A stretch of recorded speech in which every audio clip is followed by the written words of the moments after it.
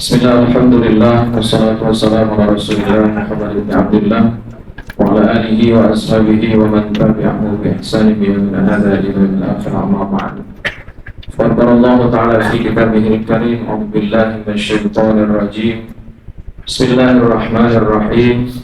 Summa awrasna al-kitaba alladhina istafayna min ibadina faminhum zalimun li nafsihi wa minhum muqtasidun ومنهم سابق بالخيرات بإذن الله ذلك هو الفضل الكبير جنات عدن يدخلونها يحلون فيها من أساور من ذهب ولؤلؤا ولباسهم فيها حرير وقالوا الحمد لله الذي أذهب عنا الحزن إن ربنا لغفور شكور الذي أحلنا دار المقامة من فضله لا يمسنا فيها نصب ولا يمسنا فيها lughub. Sallallahu alaihi wasallam.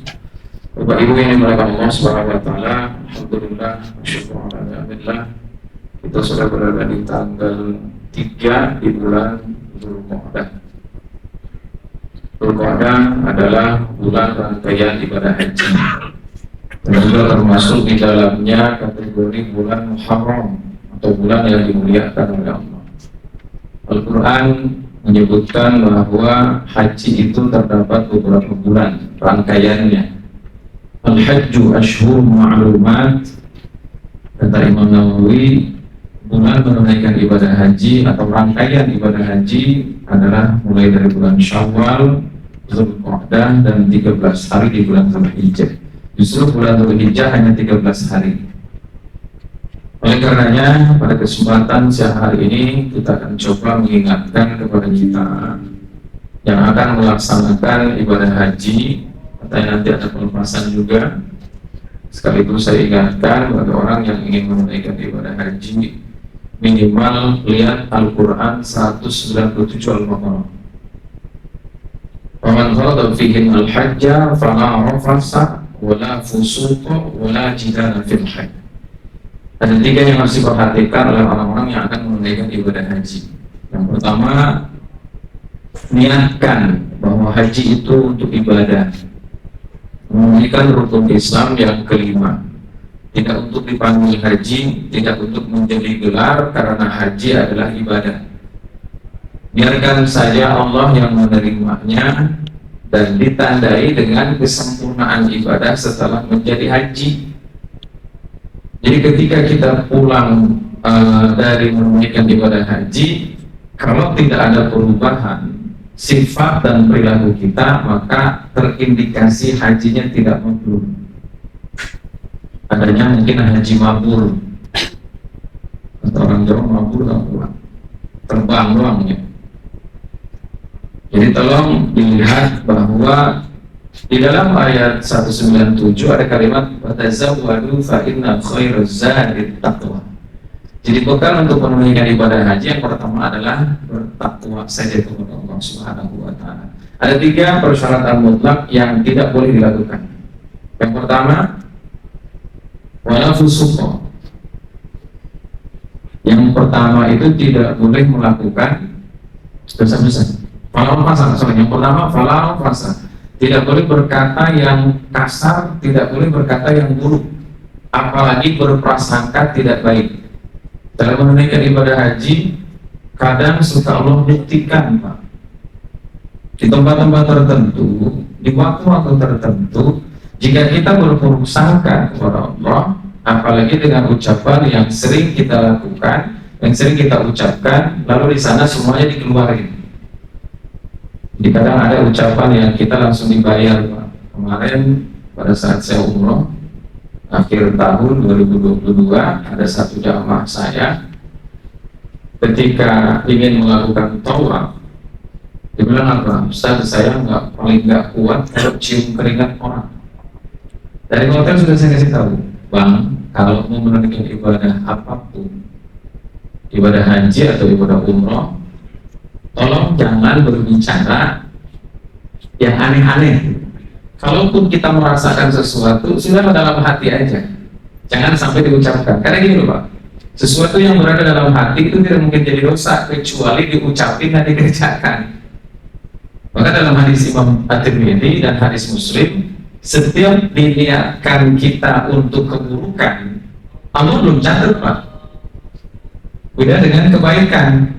Ketika Anda berniat kebaikan, maka Allah catat satu kebaikan, belum dikerjain. Kalau sudah dikerjakan, maka 10 kali lipat Allah balas. Tapi kalau Anda berniat buruk, atau dalam hati terbersih keburukan, lalu Anda tidak melakukan, maka belum dicatat sama Allah. Lalu ketika Anda tidak melakukan, maka dicatat satu kebaikan. Pada saat Anda melakukan keburukan tersebut, maka satu kali saja dicatatnya sebagai keburukan. Itulah rahmat Allah. Luar biasa. Kalau kita kebaikan 1 dibalas 1, keburukan 1 dibalas 1, tekor amal kita, Pak. Inilah rahmat Allah namanya. Nah, begitu dia turun dari hotel, kemudian sudah tawaf yang putaran kedua atau ketiga, kemudian dia mendekati Ka'bah, mendekati Hajar Aswad. Niatnya pengen nyium Hajar Aswad. Ternyata di depan, mohon maaf, karena memang kita di sana itu kan berbagai suku dan kemungkinannya berbagai makanan yang biasa dimakan itu nggak sama sama kita. Kalau kita mau keringat biasa aja, Pak. Tapi ada beberapa bangsa yang kalau kita berseberangan saja luar biasa baunya. Begitu dia keliling di Ka'bah, ternyata betul-betul diuji sama Allah, mencium keringat orang, muntah sampai dia batal tawafnya ke samping lalu sakit. Pulang ke hotel, dia bilang, Ustaz, mungkin umroh saya kali ini nanti saya ulang. Dan kebetulan itu umrohnya yang kedua. Biasanya kan kalau umroh biasa 2 kali. Nah, ini juga menjadi contoh bahwa kata Al-Quran, fala rafasa, tidak boleh berbicara kasar, tidak boleh mengucapkan sesuatu yang sebenarnya tidak perlu diucapkan. Kalau kita berpapasan dengan orang yang keringatnya bau, nggak perlu diomongin. Kalau mau menasehati, silahkan, tapi bukan di tempat yang ramai. Artinya, Anda boleh mengingatkan orang, Bang, coba deh pakai deodoran, gitu, biar aromanya tidak bau. Itu boleh kita ingatkan, tapi tidak untuk dibicarakan. Orang kok bau banget sih badannya, gitu. Nanti Anda tidak lagi ketemu sama orang-orang yang badannya wangi, bau terus setiap kali ketemu. Seperti halnya juga, jangan sesekali nih, kalau misalkan di sini ada jamaah yang mau berangkat, saya pesan satu. Ketika Anda menemukan makanan yang menurut Anda selera itu tidak ada dalam diri Anda, jangan katakan di makanan nggak enak, besok dan seterusnya Anda nggak bisa makan. Karena di sana semua segala sesuatu dibuktikan sama Allah. Resepnya cuma satu, Pak. Enak dan enak banget kalau makanan. Apapun yang disuguhkan kepada kita bilang enak dan enak banget. Udah, jangan ada bilang gak enak. Sengsara ente di sana. Ya, itu yang pertama. Termasuk rofas. Rofas itu berkata buruk, ngata-ngatain orang, caci maki orang, kemudian gerutuin orang, marah-marah sama orang. Apalagi biasanya yang suka ada rofas itu kalau kita berangkat berdua, suami istri biasanya. Ya bagaimana? Saya lebih nyaman berangkat sendiri sih. Tapi kata begini aja berani ngomong begini, Pak. Pada dunia mah domelin pasti. Karena ada ucapan yang kebiasaan kita di sini, di sana itu kan pengennya ditungguin gitu. Kalau bawa keluarga biasanya begitu. Ya tapi itu semua tergantung kepada niat kita. Kalau kita mau beribadah, tungguin aja, gak usah ngomel-ngomel. Memang ada aja, Pak. Caranya Allah menunjukkan kepada kita agar kita bersabar, itu ada aja. Yang di sininya gesit sampai seorang maloyo, benar gitu. Jadi inilah salah satu yang harus diperhatikan. Kemudian yang kedua, wala fusuq, tidak boleh melakukan dosa-dosa besar. Pada saat mengenakan ihram, pada saat melakukan umroh atau melakukan haji, tidak boleh melakukan dosa-dosa besar. Dan juga termasuk di dalamnya tidak boleh melakukan sesuatu yang terlarang pada saat kita sudah mengenakan ihram. Berpakaianlah sebatas yang dibutuhkan. Maksudnya bagi laki-laki sudahlah, jangan terlalu banyak macam-macam bawa-bawa segala sesuatu kecuali yang kita butuhkan saja. Kemudian pada saat mengenakan kain ihram tidak lagi memakai wangi-wangian dan tidak lagi memakai sabun, tidak lagi pakai minyak wangi, karena itu bisa membatalkan umrahnya atau membatalkan ihramnya, kecuali kalau sebelum berniat. Kalau itu hajjah wal umrata wa ahramtu bihima, sebelum mengucapkan itu Anda masih boleh pakai minyak wangi, masih boleh sikat gigi. Ini kadang-kadang ada jamaah yang kadang suka lupa, udah pakai kain ihram, cuci tangan pakai tisu basah. Tisu basah itu ada alkoholnya, Pak. Kemudian ada wangi-wangiannya, ya. Kalau sudah mengenakan ihram, sudah berniat, sudahlah apa adanya aja. Maksudnya gini, pada saat kita menghadap Allah mengenakan kain ihram, kita ini tidak bisa melakukan yang aneh-aneh gitu. Biasa aja, apa adanya aja, ya. Bahkan bagi laki-laki, celana dalam dan kaos dalam pun tidak boleh dipakainya. Kecuali bagi yang laki-laki memiliki penyakit, itu pun tidak boleh celananya dalam posisi terjahit. Haram memakai sesuatu yang dijahit. Bagi ini kadang-kadang suka lupa, Pak, apalagi laki-laki itu. Pada saat umroh biasanya begitu. Pada saat mengenakan kain ihram masuk ke kamar mandi, karena orang kalau mengenakan kain ihram itu bisa juga batal. Batal wudhu karena buang angin, atau batal wudhu karena ya sesuatu yang membatalkan wudhu. Kan boleh Anda boleh batal, cuma setelah batal Anda berwudhu kembali.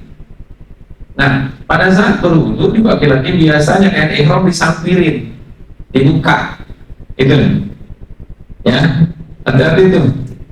Kalau Anda sudah mengenakan kain ihram, mau masuk ke kamar mandi, mau kemanapun, usahain jangan dibuka. Kadang-kadang ditaruh dulu gitu. Ya, atau sebelum niat pakai celana dalam. Nanti sampai selesai ternyata baru ketahuan. Padahal sudah berniat, karena di dalamnya tidak boleh ada sesuatu yang berjahit yang dipakai. Cincin boleh dipakai, identitas boleh dipakai, tas ransel boleh dipakai, apa saja yang tidak berhubungan dengan pakaian. Yang dimaksud pakaian itu adalah pakaian yang dijahit. Yang dijahit itu pakaian, celana dalam, pakaian dalam. Tapi kalau tas, jam tangan, cincin boleh dipakai, kacamata boleh dipakai, gitu. Bagi laki-laki, ya. Tapi kalau bagi perempuan kan bebas, Pak. Kalau perempuan enak aja dia mah. Baju warna apapun ya pada saat itu ya. Ya, tapi sebaiknya baju adalah berwarna putih, karena ahabbun naumi ila Rasulillah al-abyad. Warna yang paling dicintai oleh Rasulullah adalah warna putih. Oke. Yang ketiga, wala jidala, tidak boleh bertengkar, tidak boleh berdebat, gitu. Ya, orang mau kesini kok kalangin jalan, dorong ngomel-ngomel, maki-maki, nggak usah. Ya, jadi di sana itu kita diuji betul-betul kesabaran, Pak.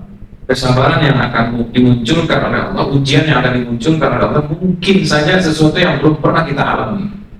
Ya, kesabaran yang betul-betul harus kita. Oke, itu saja mungkin pesan bagi yang ini menunaikan ibadah haji. Nah, pada kesempatan siang hari ini saya bawa kitab Syarhul Ummatil Muhammadiyah.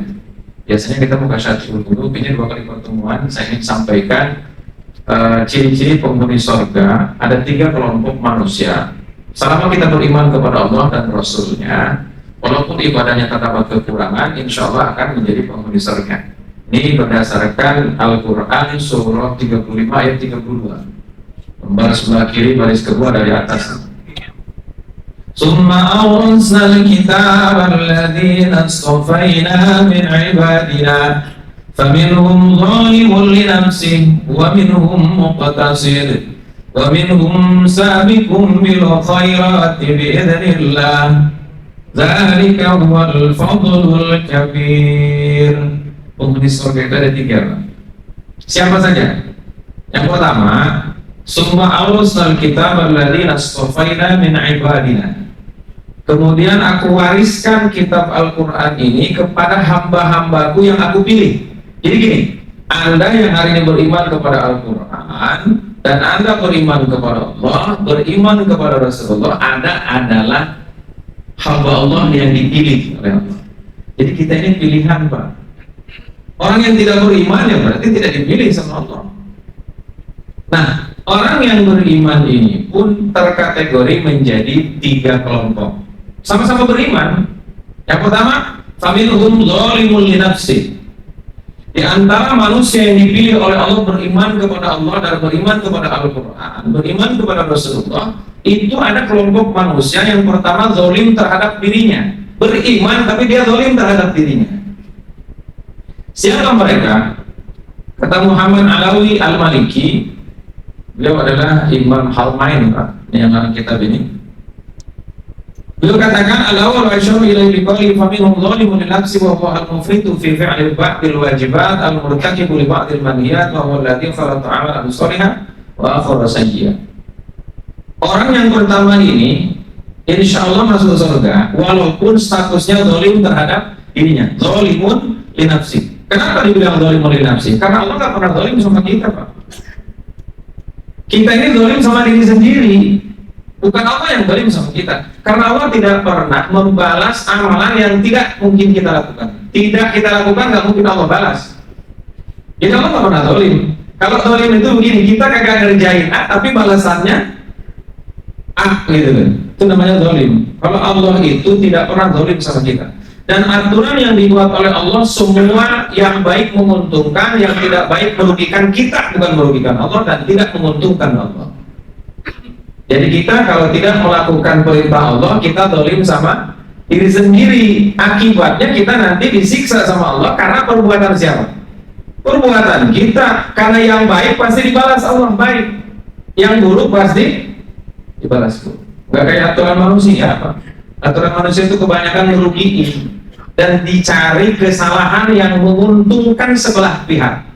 Tapi ketika manusia melakukan kebaikan dan kebenaran, kedisiplinan, kadang tidak mendapatkan penghargaan dan tidak mendapatkan balasan dari kebaikannya dari sisi manusia tersebut. Satu contoh, ini kan di sini kan bayar pajak ya. Nah, ketika kita pajaknya terlambat, didenda.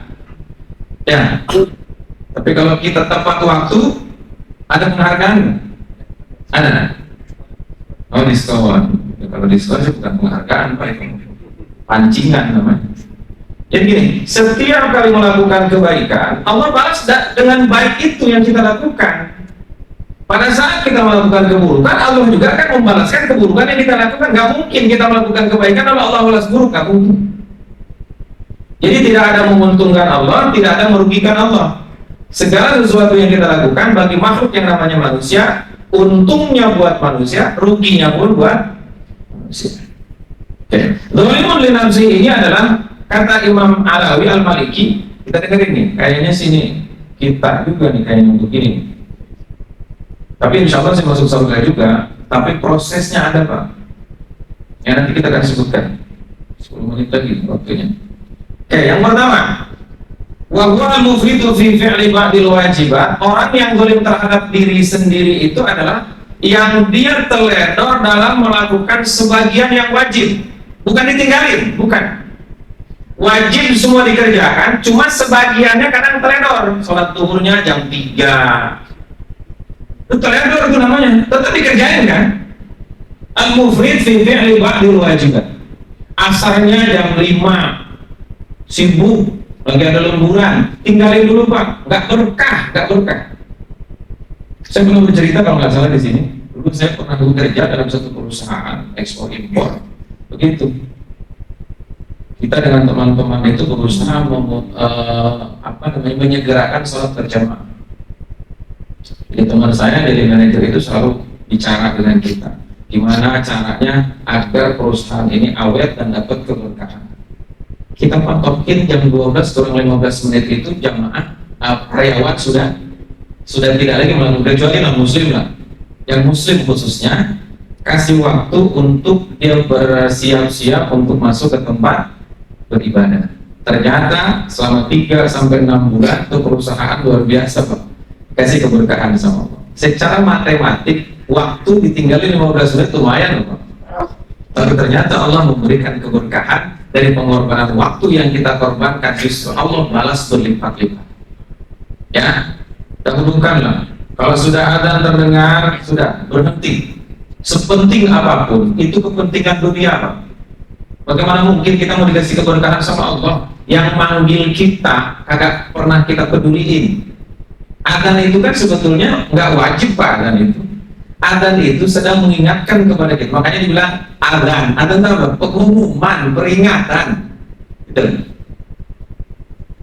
Dan setiap kali mendengar adzan, maka kita mesti menjawabnya sama persis dengan apa yang diucapkan oleh muadzin, kecuali di hauqula, hayya 'alas shalah, hayya 'alal falah, dengan jawaban la haula wala quwwata illa billah. Apa kata Nabi? Qad wajabat lahul jannah. Hadisnya sahih. Dan siapa orang yang mengucapkan apa yang diucapkan oleh yang beradzan, maka dia betul-betul akan memasuki surganya Allah. Ya nanti tergantung amalnya, tapi yang jelas masuk surga. Ini yang pertama. Orang yang dolim terhadap dirinya adalah yang melakukan sebagian kewajiban tapi dengan teledor. Kadang-kadang dari awal nih sholatnya, ini saya ingin sampaikan juga, Pak, pentingnya sholat itu yang pertama mesti dikontrol wudhunya. Kita kadang-kadang ngejar sholat berjamaah, wudhunya asal-asalan. Perlu dicamkan bahwa wudhu itu hukumnya wajib, sholat berjamaah itu hukumnya sunnah. Dan sholat sunnah, sholat berjamaah itu kata Nabi, setiap segala sesuatu yang kau dapatkan, maka itulah yang jatahmu yang didapatkan. Tapi kekurangannya sempurnakan. Kan kalau sholat berjamaah ada masbuk, Pak. Tapi kalau Anda berwudu itu wajib hukumnya. Ketika Anda wudunya tidak baik, tidak sah, maka sholatnya pun tidak sah. Jangan teledor, Pak. Berwudu itu yang pertama, saya masih suka ngelihat orang kalau wudu gak digosok. Wudu itu harus digosok, Pak. Mulai dari muka, tangan, jangan cuma digini doang tangan. Keran gitu. Kayak orang apa namanya? Suka melihat yang begitu. Mungkin Anda juga yang begitu. Ya, begini, ntar di kakinya begitu. Yang menggocek bola. Gak begitu. Kesempurnaan dalam berwudu. Salah satu kitab yang pernah saya pelajari, yang pertama dalam kitab I'anatul Talibin, sarahnya Fathul Mu'in. Ini pakai tahu, orang yang dari pesantren pasti paham. Yang pertama, nih saya bahas dulu wudunya dulu ya, karena itu berhubungan dengan sholat. Ketika Anda batal wudu, maka sholatnya nggak jadi, Pak. Batal pasti. Kalau orang batal sholat, belum tentu batal wudunya. Karena yang membatalkan sholat kan bukan cuma wudu doang, Pak. Anda bicara, Anda gerak-gerak yang lebih dari 3 kali mutawaliyah, maka batal sholatnya, tapi wudunya nggak batal. Orang tua dulu masa ikhtiar, habis wudu makan, batal lu, wudunya wudhu lagi, nggak batal, cuma makruh. Kenapa makruh? Karena bisa jadi sisa makanan ini pada saat sholat tertelan dan itu membatalkan sholat. Wudunya nggak batal, tapi sholatnya.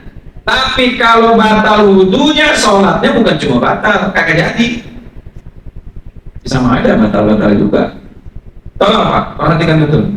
Wajibnya berwudu hanya ada 6. Yang pertama, furudul wudu'i sittatun.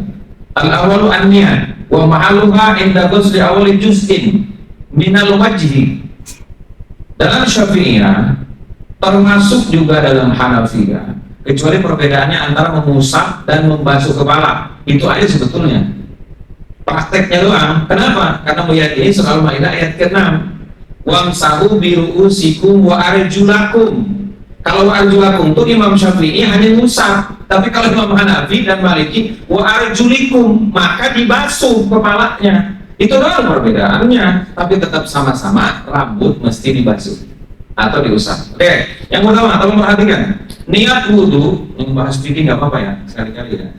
Walaupun fikih banyak versinya, Pak, tapi dalam berwudu semuanya sama. Hanya prakteknya aja tadi, ada yang diusap di kepala, ada yang cuma di rambutnya doang, sedikit aja gitu. Karena dalam mazhab Syafi'iyah itu masfu syai'in minar ra'si, membasuh atau mengusap sesuatu yang ada di kepala. Ini kan lebih bijaksana. Kenapa? Kalau orangnya botak kan nggak bingung, Pak, udah diusap aja kepalanya gitu. Jangan masuk ra'si, masuk syari, ngusap rambut di kepala, dia botak, nyari rambut orang lagi. Ya, oke. Dan 6, ini jangan tertinggal. Salah satunya tidak boleh tertinggal. Pertama, niat. Dan niat itu mau pakai talafut, mau diucapin atau tidak, itu niat pertama kali air nyampe di depan muka. Jadi jangan cuci tangan, nawaitul wudu'a li raf'il hadasil asghari. Bukan di situ niat. Niat itu inda ghusli awal juz'in minal wajhi. Air sampai di muka baru ada niat. Mau pakai nawaitul wudu'a terserah, atau langsung saya niat wudu dalam hatinya, karena niat pada dalam hati. Yang nawaitul wudu'a apa itu? Talafut bin niat namanya. Itu mazhab Syafi'iyah. Anda tidak perlu berdebat dengan talafut bin niat. Oh, itu sholat pakai usolli, nggak ada masalah. Anda kalau memang yakin niatnya sudah mantap dalam hati, tapi dalam niat mesti ditambahin. Jangan salah juga, Pak. Anda ujung-ujung sholat, saya udah niat sholat. Sholatnya sholat apa dulu? Berapa rakaat dulu? Karena tidak semua sholat bisa dikerjakan kalau tidak berniat. Antara adat dan ibadah itu cuma satu bedanya, pakai niat. Mandi itu namanya adat, kebiasaan. Anda mandi pakai sabun bersih tapi nggak wudu, boleh sholat? Boleh sholat, tapi nggak sah sholatnya. Karena itu mandi tidak pakai niat. Coba kalau Anda mandi besar pakai niat atau enggak? Pakai niat. Dan itu niatnya pada saat air bersentuhan dengan kulit yang bagian manapun. Tapi kalau wudhu nggak bisa, kecuali air pertama kali bersentuhan dengan muka. Nawaitul wudu'a li raf'il hadasil, dalam madhab Syafi'i, raf'il hadasil asgharinya mesti dibawa. Kenapa? Karena wudhu menghilangkan hadas kecil. Jadi kalau bahasa Indonesia, saya niat berwudhu menghilangkan hadas kecil, itu mesti dibawa tuh niatnya. Walaupun tidak diucapkan dalam hati. Emang boleh Ustaz niat pakai bahasa Indonesia? Boleh kok. Tapi jangan bilang Tuhan bukan orang Arab. Keliru banget itu. Si Pak Nganu sudah mesti dibahas. Ya. Oke? Niat ketika air sampai di permukaan muka. Kemudian yang namanya wajah, ini mana batasannya? Jangan sampai nanti tertinggal, Pak. Kenapa wudhu mesti 3 kali? Sebetulnya wudhu 1 kali sah, wudhu 2 kali sah. Buka kitab Jami' as-Shahih Muhammad Tirmidzi, cuma halamannya doang saya kagak hafal. Al-Quran ini sedikit hafal, sebelah kanannya gitu. Hadis kalau nomornya banyak. Mimma bidaitas dengan jabhah, ini yang namanya muka yang wajib dibasuh pada saat wudhu. Nih mulai tumbuh rambut dari atas. Waminal uduni ilal uduni, pentil kuping kiri kanan, bawahnya hilang muntahan dakoni, sampai ke dagu nih. Yang kalau pada saat perempuan sholat, nih dagu ini mesti ketutup. Ini perempuan kalau sholat jangan diginiin mukenanya. Sini nih, separuh dagu nih. Kasih tahu ya ininya ya. Jadi kalau wudhu, mulai dari atas tumbuh rambut, kiri kanan pentil kuping, jangan diginiin, wudhu tabokin doang. Suka ada nggak wudhu yang begitu? Hah? Masih ada yang begitu ya? Udah ngambil airnya, wudhunya, perangnya dipulin, keluarin, begitu ditadangin pakai tangan, muncrat semua. Padahal itu mubazir. Setengah aja bukan keran, setengah. Kalau itu dikasih tulisan hemat air itu emang tujuh dalam fikih. Setengah buka kerannya kita tambahin pakai tangan kan aman tuh, nggak banyak terbuang, kemudian orang kiri kanan nggak kena cipratan air kita walaupun tidak najis. Ya, belajarlah pakai adab gitu. Nah kemudian pada saat membasuh muka ini diurut Pak. Nah tuh ditekan, jangan cuma ditabok-tabokin dong. Nggak ada nih, kadang orang wudhu hidung bukannya diisap, airnya dingin doang. Ngapain begitu? Sunnahnya, nah kalau istinsyak itu sunnah hukumnya, tapi ada refleksinya Pak. Ternyata istinsyak menghirup air ke hidung itu bila sempurna, kecuali orang puasa ya. Kalau puasa makruh hukumnya. Isap air ke hidung boleh dengan 2 tangan, boleh dengan 1 tangan, diamkan sebentar sampai nih di atas kepala ini berasa betul Pak. Itu penyakit yang namanya penyakit sakit kepala. Coba deh laksanakan wudhu Rasulullah dengan baik dan benar, sakit kepala insya Allah bisa hilang. Istimsak hirup air, Pak kalau nggak biasa nggak bisa tuh, sakit ke kepala, sakit ya. Tapi kalau Anda sudah terbiasa, insya Allah, dan itu menjadi terapi buat orang-orang yang punya keluhan sakit kepala. Kalau nggak percaya, cobain dari sekarang. Karena sunnah Rasulullah, selain ada pahala, selain penyempurna bagi ibadah, ternyata ada efek baiknya. Makanya saya musim pandemi dulu sering saya ajarin kepada jamaah dan anak murid saya, pengajian itu selalu saya ajarkan istinsyak, madmadah dan istinsyak. Kalau cuci tangan kan cuma tangan doang dicuci, tapi begitu kita mencuci muka, berwudu, kemudian hirup air ke hidung, itu menjadi obat, salah satu terapi yang bisa menyebabkan kita terlepas dari salah satu penyakit yang biasa mengenai kepala kita. Kemudian yang kedua, tangan ini berwudu sama juga digosok, Pak. Kemudian ditasbih, jangan cuma diginiin doang, diputar-putar. Ada lagi yang wudu kanan satu, kiri satu, kanan lagi, kiri lagi, rumah narik itu mah. Masih ada nggak yang begitu? Hah? Itu bukan 3 kali namanya, 1 kali diselang-seling. Yang namanya 3 kali, kanan dulu 3 kali, baru kiri 3 kali. Itu namanya 3 kali. Kalau Anda wudu kanan dulu sekali, kiri sekali, kanan lagi sekali, itu namanya sekali-sekali, cuma dibikin 3 kali balikan. Mualah, namanya mualah, itu berurutan. Ya, ini saya ngajarin begini, disangkanya orang sini wudunya kagak benar. Enggak, saya cuma pengen nyampein apa yang menjadi kesempurnaan dalam ibadah. Kita sama-sama ibadahnya masih belajar, Pak, masih belajar. Betul. Apalagi sampai di khusyuk, atau bener aja dulu aturannya. Masalah khusyuk nanti urusan hati, urusan Allah. Bagaimana mungkin sholat kita mau diterima, wudunya aja salah, sementara al-wudu miftahus sholat. Wudu itu kuncinya sholat. Nah kalau kuncinya hilang, bagaimana kebuka? Oke, tangan kiri kanan harus dibasuh dan diurut, Pak, ditekan. Wayud laku dalam bahasa fikih, digosok. Kemudian di rambut, nah rambutnya ada 2 cara. Boleh Anda usap saja, tapi yang lebih sempurna dengan 2 tangan, dan tangannya dijalankan. Ini, tuh. Maaf, saya mau kecil, lebih ganteng biasanya. Tuh, dua-duanya. Ke belakang, tekan, kepala. Ini terapi loh, Pak. Kalau mau Anda mau sekalian di kuping juga boleh. Nah, kalau kuping 2, 1 masuk ke lubang, 1 ibu jari di belakang, ditekan, diurut. Jangan gitu. Ada orang celincing begitu gurunya, malas bener. Tapi gurunya dari sini.